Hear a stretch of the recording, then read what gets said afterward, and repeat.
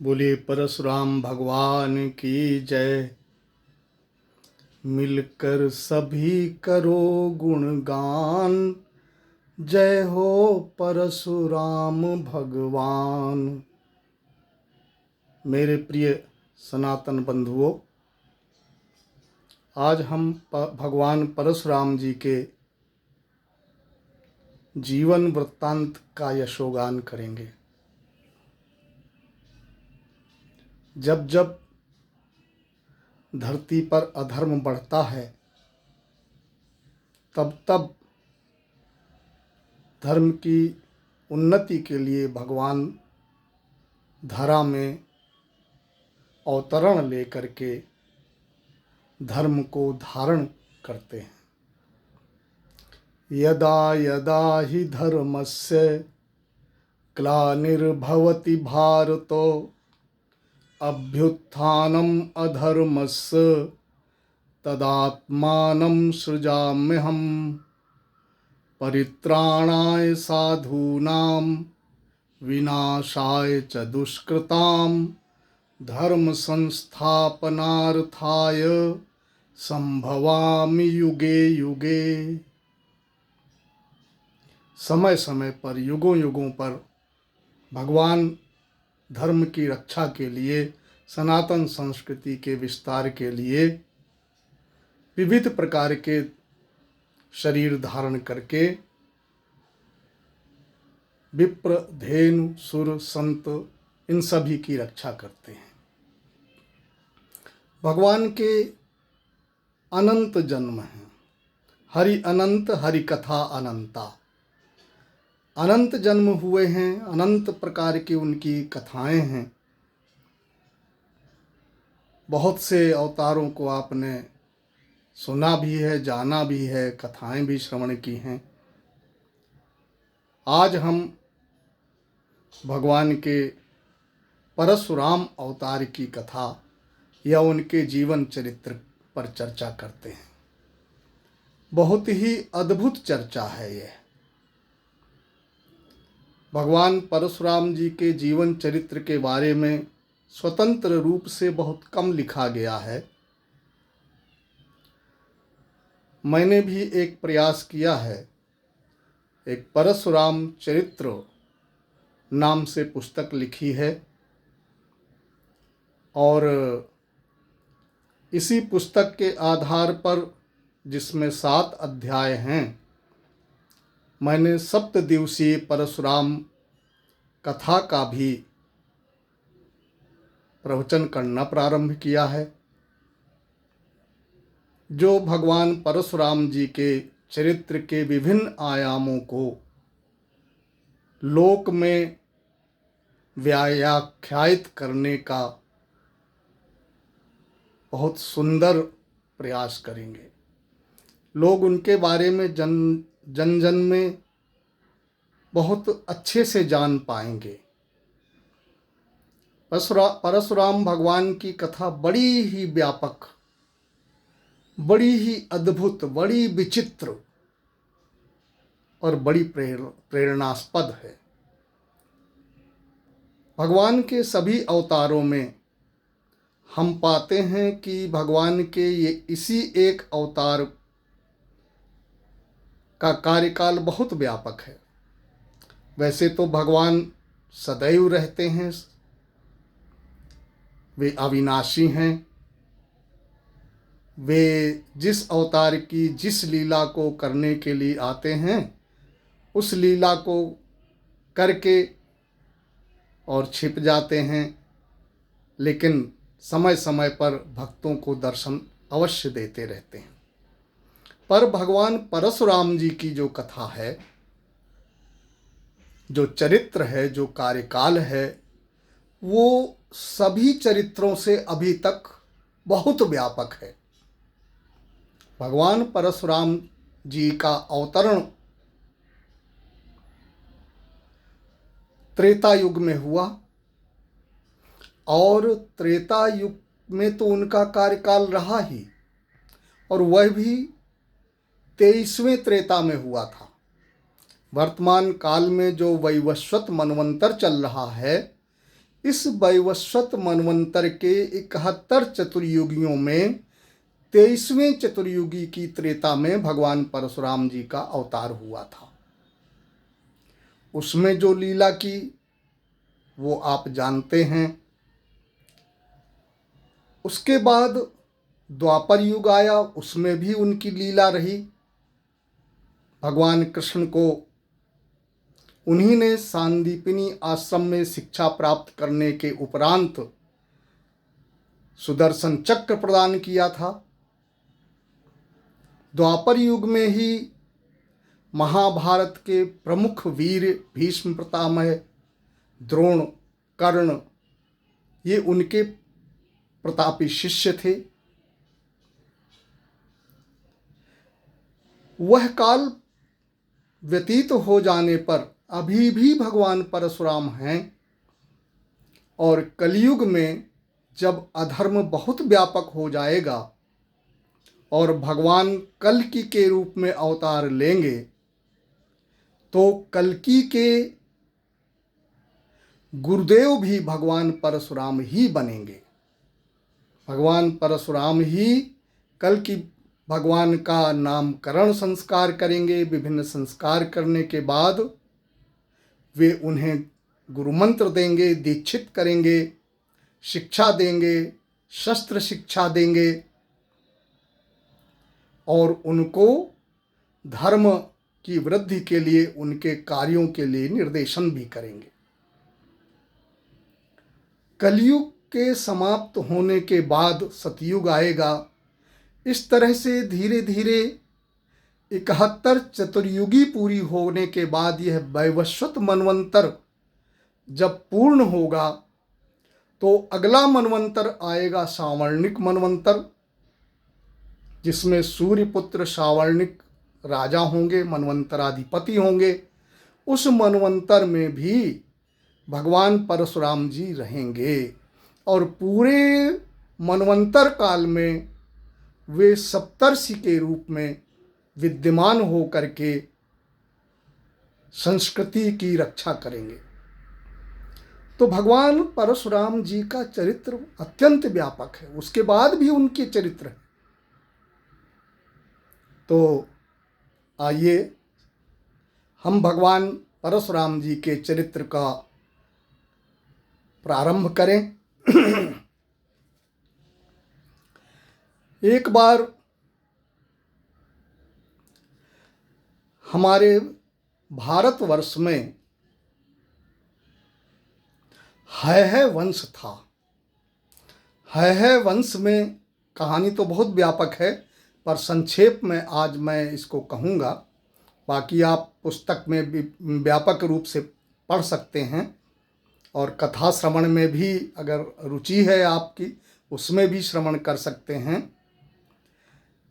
है वंश के राजा कार्तवीर्य ने माहिष्मती को अपनी राजधानी बना करके वहाँ पर अपना राज्य स्थापित किया।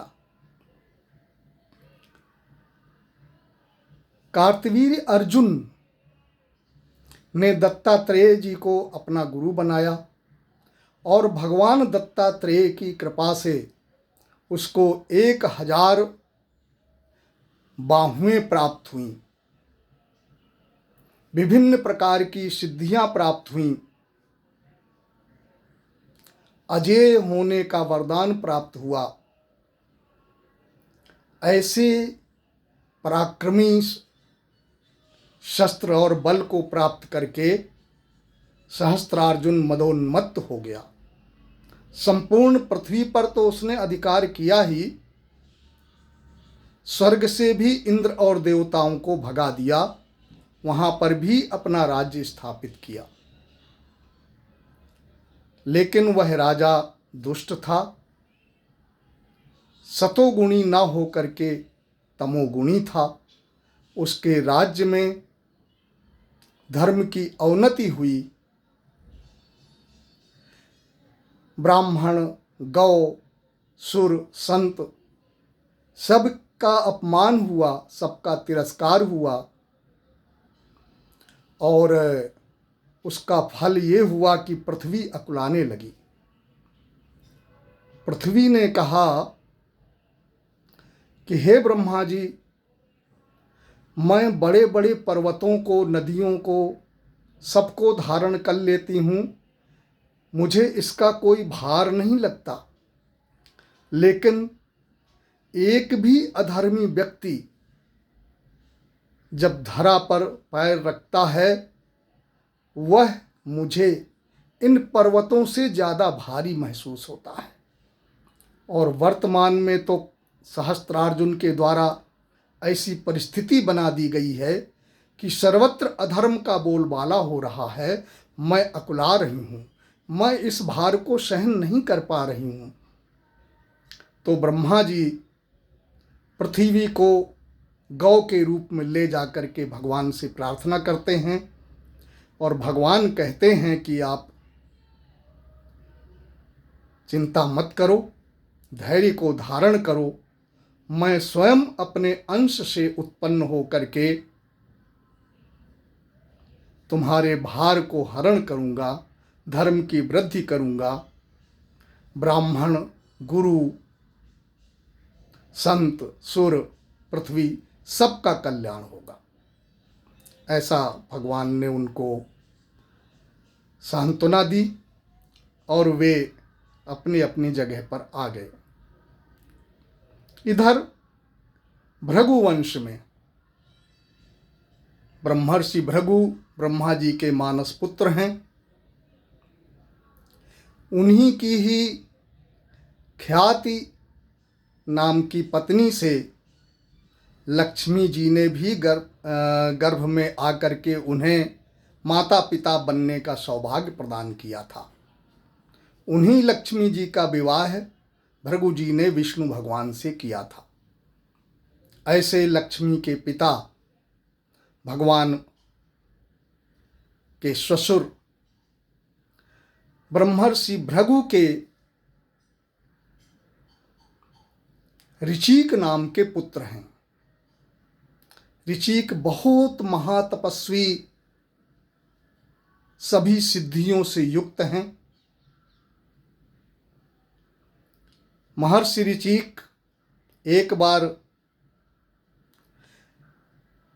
गाधी राजा की कन्या सत्यवती को देखते हैं। परम सौंदर्यवती, गुणवती, धर्मयुक्त उस कन्या को देख करके वे गाधी के पास जाते हैं और कहते हैं, हे राजन, यह सत्यवती कन्या आप मुझे मेरी पत्नी के रूप में प्रदान कर दीजिए। यह विशिष्ट है और मैं विशिष्ट कार्य करने के लिए इसे प्राप्त करना चाहता हूँ। कहाँ राजमहलों में पली बढ़ी सत्यवती और कहाँ जंगल में आश्रम में निवास करने वाले ऋषि महात्मा अपनी पुत्री को जंगल के आश्रम के नितांत अनुपयुक्त समझते हुए श्राप के डर से उन्होंने मना तो नहीं किया, लेकिन एक शर्त रख दी, हे तपस्वी ऋचिक ऋषि, आप मुझे 1000 श्याम कर्ण घोड़े ला करके दे दीजिए, मैं आपको सत्यवती प्रदान कर दूंगा। तब ऋचिक ऋषि ने ध्यान में देखा, पृथ्वी पर श्याम कर्ण घोड़े नहीं पाए जाते थे। उन्होंने देखा ये घोड़े वरुण के पास हैं। अपने तपोबल से उन्होंने वरुण के पास से 1000 श्याम कर्ण घोड़े ला करके राजा गाधी को दे दिए और उनकी पुत्री सत्यवती को अपनी धर्म पत्नी के रूप में स्वीकार किया। सत्यवती अपने पति के आश्रम में उनकी बड़ी ही मनोयोग से सेवा करती थीं, बड़ी पतिव्रता थीं। बहुत वर्षों तक उन्होंने बड़े अच्छे ढंग से सेवा से उन्हें प्रसन्न कर लिया।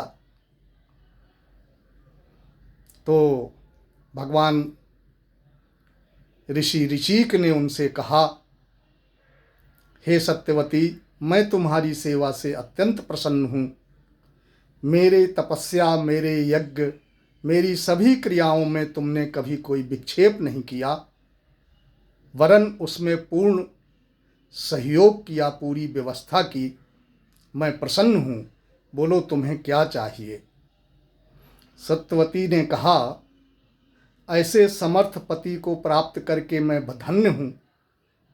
यदि आप मेरी सेवा से प्रसन्न हैं तो मुझे एक पुत्र और मेरी माता के लिए भी एक पुत्र होने का वरदान या आशीर्वाद या कृपा प्रदान करिए। महर्षि ऋषिक ने कहा, बिल्कुल ठीक है। उन्होंने 2 तरह के चरु बनाए, एक अपनी पत्नी के लिए और एक अपनी सासू के लिए। देखिए, भगवान राम का भी जन्म चरु से ही हुआ था। प्रगटे अग्नि चरु कर लीन है। अग्नि भगवान चरु को लेकर के प्रकट हुए थे। उसी चरु को दशरथ जी ने अपनी रानियों में बांटा और उसी से राम, लक्ष्मण, भरत, शत्रुघ्न, यह 4 पुत्र दशरथ जी के भवन में आए। ऐसे ही सिद्ध तपस्वी ऋचिक ऋषि ने 2 तरह के चरु बनाए और सत्यवती को दे दिए। सत्यवती ने जो माता का चरु था और अपना चरु था, वो माता का चरु माता को दिया, लेकिन माँ ने समझा कि मुझसे अधिक अच्छा गुणवान चरु सत्यवती का होगा, तो उन्होंने अपने चरु को उससे बदल लिया। जब सत्यवती को पता चला, उन्होंने ऋचिक ऋषि को बताया, तो ऋचिक ऋषि ने अपनी सासू को बड़ा भला बुरा कहा। उन्होंने कहा, मैंने अपने पत्नी के लिए ब्रह्म तेज से संपन्न चरु बनाया था, और आप चूंकि राजा की पत्नी हैं, क्षत्रिय हैं, तो क्षत्रिय तेज से संपन्न चरु आपके लिए था। आपने बदल लिया, ये अनिष्ट हुआ। अब तो आपके यहाँ ब्राह्मणोचित गुणों से युक्त पुत्र होगा, लेकिन सत्यवती के गर्भ से एक क्रोधी बालक का जन्म होगा। तो सत्यवती जी ने ऋचिक ऋषि से प्रार्थना की, हे ऋषिवर, ऐसे पुत्र को मैं सहन नहीं कर पाऊंगी, आप कुछ कृपा करिए। तब ऋचिक ऋषि ने कहा, ठीक है, तुम्हारे पुत्र में ये क्रोधी गुण नहीं आएंगे, लेकिन तुम्हारे पुत्र के पुत्र में ये गुण अवश्य आएंगे। तो सत्यवती के गर्भ से महर्षि जमदग्नि का जन्म हुआ। उधर सत्यवती की माँ के यहाँ विश्वामित्र जी का जन्म होता है। जमदग्नि के मामा होते हैं विश्वामित्र जी। जमदग्नि बहुत ही श्रेष्ठ महर्षि हुए। उन्होंने रेणु ऋषि की पुत्री रेणुका से विवाह किया और बाद में उनसे उन्होंने 3 पुत्रों को भी प्राप्त किया। वे तीनों पुत्र तीनों वेदों के समान थे। महर्षि जमदग्नि की ख्याति बहुत फैली। उन्हीं जमदग्नि और माता रेणुका ने, वे भगवान के भक्त थे और उन्होंने यह संकल्प लिया आपस में विचार करके कि हम एक ऐसा पुत्र प्राप्त करने का प्रयास करेंगे, उसके लिए संकल्प करेंगे, उसके लिए तपस्या करेंगे, जो साक्षात भगवान का ही अंश हो। ऐसा निर्णय करके उन्होंने एक बहुत ही श्रेष्ठ पवित्र स्थल का चयन करके वहाँ जा कर के कई वर्षों तक घोर तपस्या की। भगवान ने साक्षात प्रकट हो करके दर्शन दिया और उनसे कहा कि मैं ही तुम्हारे गर्भ में पुत्र के रूप में आऊँगा। इस तरह से समय आने पर माता रेणुका के गर्भ से जमदग्नि नंदन भगवान परशुराम जी का जन्म हुआ। भगवान परशुराम जी की जय हो।